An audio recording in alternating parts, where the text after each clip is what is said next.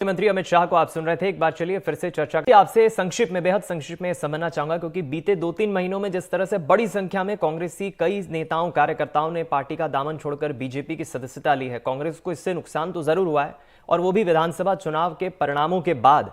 ये कितना कांग्रेस के लिए चैलेंजिंग और मुश्किल होगा इस चुनाव परिणामों में?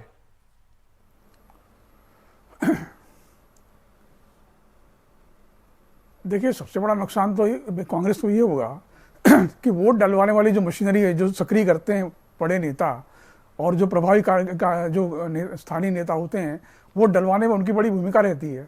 अगर ये सब छोड़ करके कमलनाथ को चले गए, बीजेपी में चले गए हैं, तो निश्चित रूप से ये जो प्रेशर बनता है ये उतना नहीं बन पाएगा छिंदवाड़ा के अंदर, जैसा कि हमेशा होता रहा है। तो इसका असर सीधा सीधा मतदान पर दिखेगा। अब विक्रमाहा के जैसे लोगों की बात है तो उनकी राजनीतिक विश्वसनीयता क्या है?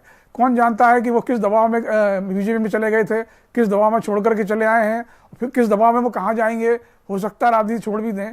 तो मेरे ख्याल से अब आज की तारीख में जब खुद कमलनाथ और नकुलनाथ की राजनीतिक विश्वसनीयता भी लगभग समाप्त हो गई है, तो उस स्थिति में विक्रमाहा के जैसे लोगों का राजनीतिक भविष्य तो संकट में है ही। कमलनाथ और नकुलनाथ बीजेपी में जाते जाते रह गए, उनको बाद में टिकट दे दिया तो अब चुनाव लड़ रहे हैं वो। तो कुल मिला के ये है कि विश्वास का गहरा संकट है। जो रिलेशनशिप कमलनाथ और नकुलनाथ की इस चुनाव के पहले तक थी अपनी जनता से, मुझे लगता है कि वो सबसे ज़्यादा डेंट हुई है। लोगों का विश्वास उनमें कितना बाकी बचा होगा मैं नहीं कह सकता, पर मुझे लग रहा है कि अब वो स्थितियाँ पहले जैसी नहीं है जो 2019 तक थी। चलिए, बेहद संक्षिप्त में बाबूलाल जी आप क्या कहेंगे, क्योंकि छत्तीसगढ़ में तो इतना असर नहीं हुआ है कि कांग्रेस के नेता पार्टी छोड़कर जा रहे हों, लेकिन अभी 2 दिन पहले ही बिलासपुर में जरूर विष्णु यादव ने पार्टी छोड़ी और करीब 2000 कार्यकर्ताओं को वो अपने साथ बीजेपी में लाए हैं। छत्तीसगढ़ में इसका कितना असर देख पा रहे हैं आप? देखिए, छत्तीसगढ़ में इस तरह की कोई हवा नहीं है, लेकिन छिटपुट जो है घटनाएं हुई हैं। जैसे सबसे बड़ा नाम चंद्रशेखर शुक्ला, जो यहाँ पर प्रभारी महामंत्री थे, वो भारतीय जनता पार्टी में गया। निश्चित रूप से जो है इसका प्रभाव पड़ेगा, ये मानना पड़ेगा कि इसका प्रभाव पड़ा।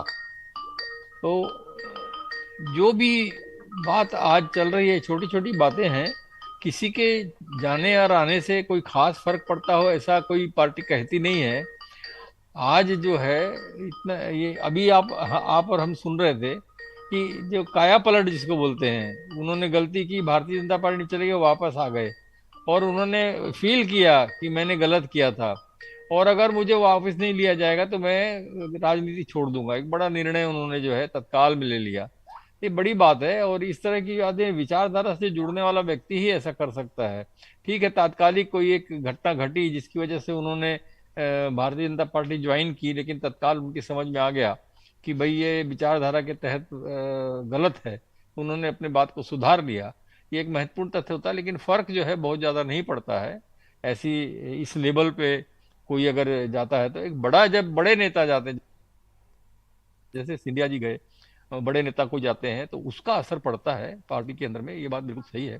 छोटे मोटे नेता या सेकंड कैडर के नेता के जाने आने से जो है एक माहौल जरूर बनता है, लेकिन कोई बहुत बड़ा फायदा नहीं मिलता। जी चलिए, बाबूलाल शर्मा जी हमारे साथ जुड़े और अजय वकील जी हमारे साथ जुड़े। आप दोनों पैनलिस्ट का बहुत शुक्रिया सर, हमें समय देने के लिए, चर्चा में शामिल होने के लिए। इधर